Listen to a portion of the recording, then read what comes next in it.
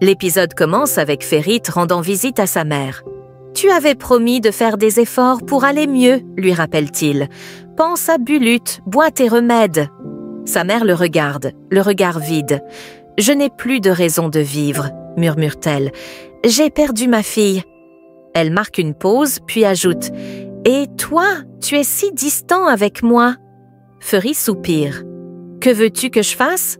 Tu aurais dû dire la vérité à ton père à l'époque, quitte à me détester ensuite, au lieu de me traiter ainsi depuis 15 ans. » Ferit secoue la tête. « J'étais un enfant. C'était à toi de tout dire et de me libérer de cette responsabilité. J'étais jeune et ton père travaillait tout le temps. » Faux, la coupe Ferit. Tu n'as jamais aimé mon père. Tu es resté avec lui seulement parce qu'il était riche. Un silence s'installe. Puis Ferit conclut. « Remets-toi vite pour que je puisse emmener Bulut te voir. » Il se lève et quitte la pièce. Pendant ce temps, Nazli joue avec Bulut et Denise. Ils font semblant de se battre avec des pistolets en plastique, éclatant de rire. La nounou de Bulut arrive. Il a une séance dans quelques minutes. Nazli hoche la tête. De toute façon, je devais partir. Denise aussi prend congé après avoir fait un dernier au revoir à Bulut. De son côté, Fatos remplace une employée dans un petit restaurant de burgers, le temps que cette dernière assiste à son cours de danse. « Un burger au double fromage, s'il vous plaît », commande un client. Fatos l'observe un instant et esquisse un sourire.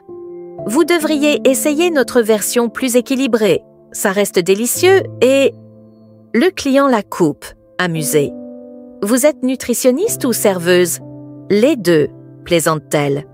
Après un instant d'hésitation, le client accepte sa suggestion. Pendant ce temps, Asuman est seul à la maison lorsqu'un homme de main de Hakan fait irruption. « Que faites-vous ici ?» demande-t-elle, méfiante. « Je viens de la part de Demey. » Il lui tend un téléphone. « Ne te le fais pas confisquer. » Puis il s'en va. Asuman, ravi, examine l'appareil. « Il doit coûter une fortune.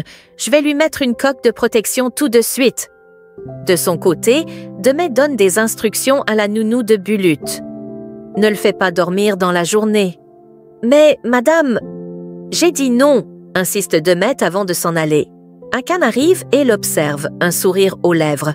« Tu es magnifique. »« Je vais à l'entreprise de Ferit, » annonce-t-elle.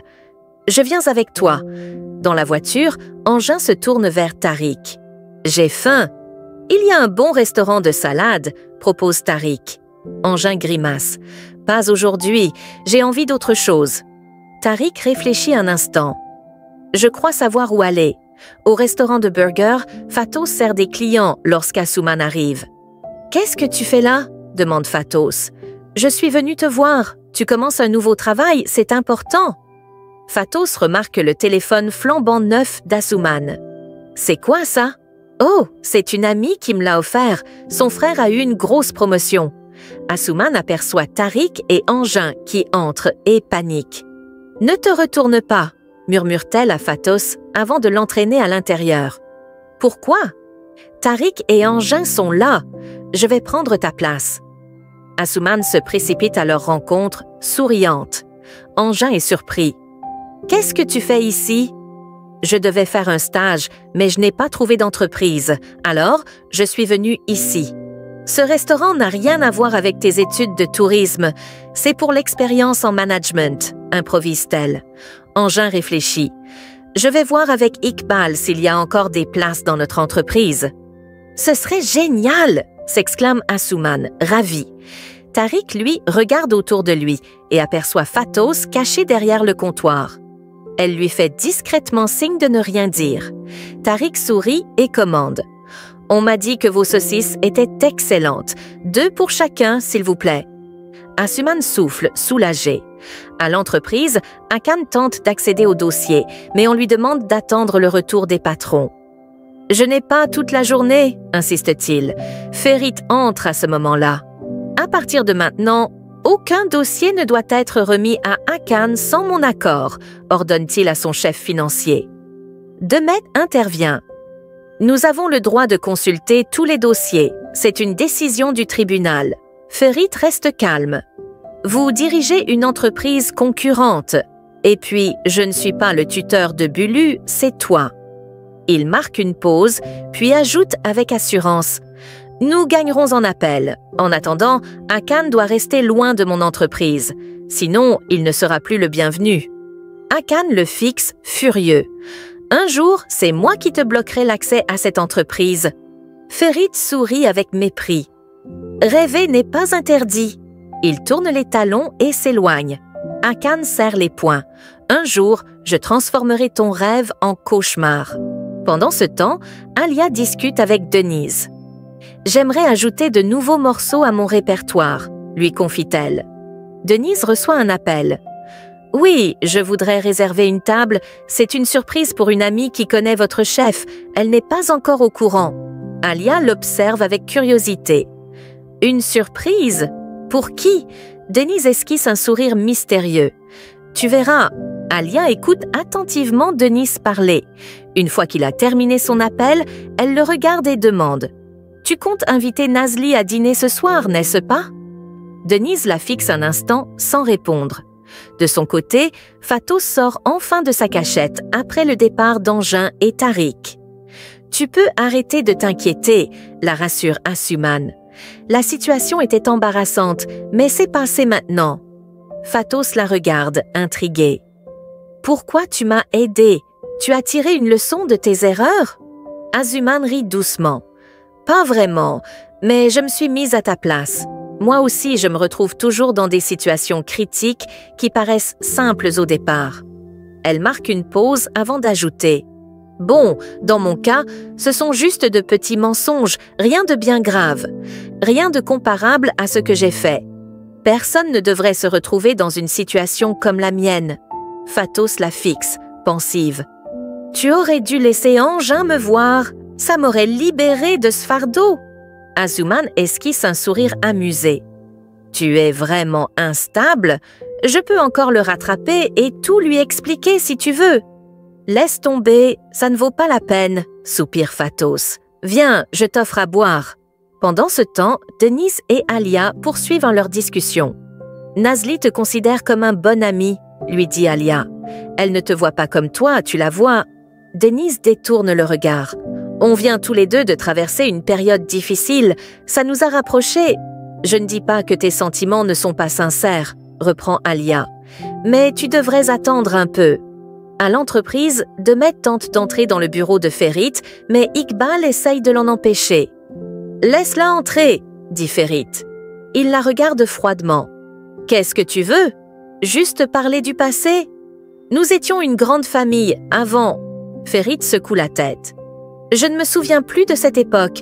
Tu as brisé cette famille en épousant Hakan. » Demet soutient son regard. « J'ai fait ça parce que tu m'avais quitté. » « Tu as été égoïste, comme toujours, » rétorque Ferit. « Tu ne pensais qu'à toi. » Il marque une pause avant d'ajouter « Tu n'as même pas daigné te retourner quand notre père a fait une crise cardiaque, rongé par le désespoir. » Un silence pesant s'installe. « Maintenant, pars, j'ai du travail. » Hakan entre à ce moment-là et Demet quitte la pièce avec lui. Denise remercie Alia. « Je ne veux pas tout mélanger. Je me sens bien avec toi parce que quand je suis avec toi, j'oublie tout ce qui s'est passé. C'est pour ça que j'aime passer du temps avec toi. » Il sourit. « Ce soir, on devrait dîner tous ensemble. Je vais inviter Asuman, Fatos et Nazli. » Alia hésite. « Je ne sais pas si… » « Je ne veux juste pas être seule, » l'interrompt Denise. Elle finit par accepter et s'en va. Denise prend aussitôt son téléphone et appelle Nazli. « Il y a un dîner ce soir, tu viens ?»« Pourquoi pas? Je n'ai rien de prévu, » répond-elle. Quelques heures plus tard, alors qu'elle est sur le point de rentrer, Ferit arrive. « Le repas est prêt, » lui dit Nazli. « Je ne mange pas maintenant, » répond-il. Nazli le regarde avec insistance. « Tu devrais aller voir Bulut. »« Je ne peux pas le voir dans cette maison, » répond Ferit. « Je vais organiser une rencontre. » Nazli soupire. « Il t'aime tellement. Mets tes problèmes personnels de côté pour lui. C'est ce qui compte le plus. » Elle marque une pause, puis ajoute « Son anniversaire est dans quelques jours, si tu veux organiser quelque chose. » Puis elle s'éloigne. Chez elle, Fatos presse Asuman. « « Dépêche-toi, Nazli arrive, l'air fatigué. »« Je n'ai plus d'énergie, j'ai déjà tout donné avec Ferit tout à l'heure. Fatos reçoit un appel d'Engin. Viens avec moi à la fête d'un ami musicien, propose-t-il. On va bien s'amuser. »« Je ne peux pas, j'ai du travail à l'atelier, » répond-elle. « D'accord, je n'insiste pas, » dit-il avant de raccrocher. Fatos se tourne vers Nazli. « Mon étoile m'a sauvée. Engin sera aussi à cette fête. » Elle réfléchit un instant, puis sourit. « Je n'y vais plus. Asuman, vas-y à ma place, mais surveille bien les filles qui s'approcheront trop d'Engin. » Asuman rit et accepte volontiers. Plus tard, à la fête, Asuman observe Engin de loin. Alia s'approche d'elle. « J'ai entendu dire que Fatos ne pouvait plus venir. Et Nazli ? » « Elle a changé d'avis à la dernière minute, » répond Asuman. Alia sourit. « Elle a sûrement appelé Denise. » Ça se voit sur son visage. À ce moment-là, Denise arrive. « Prends quelque chose à boire, » lui dit-il. Puis, ils se mettent à jouer de la musique. Pendant ce temps, Fatos rejoint Nazli dans sa chambre avec un café. « Tiens !» Nazli la remercie et s'installe plus confortablement. « J'aimerais faire plus pour rendre Bulut heureux. » Fatos secoue la tête. « Tu fais déjà tout ce que tu peux, parfois on ne peut pas tout contrôler. » Nazli soupire, pensive. De son côté, Asuman discute avec Engin. « Alia a du potentiel, » dit-elle.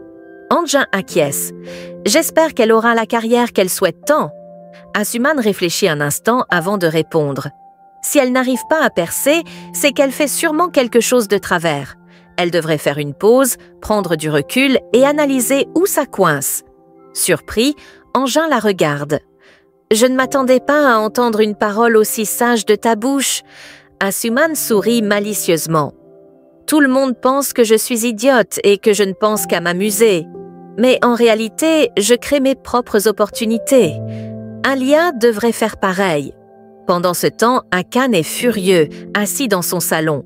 Demet entre et s'approche de lui. « Qu'est-ce que tu es allé faire dans le bureau de Ferit ?» lui demande-t-il sèchement. Elle soupire.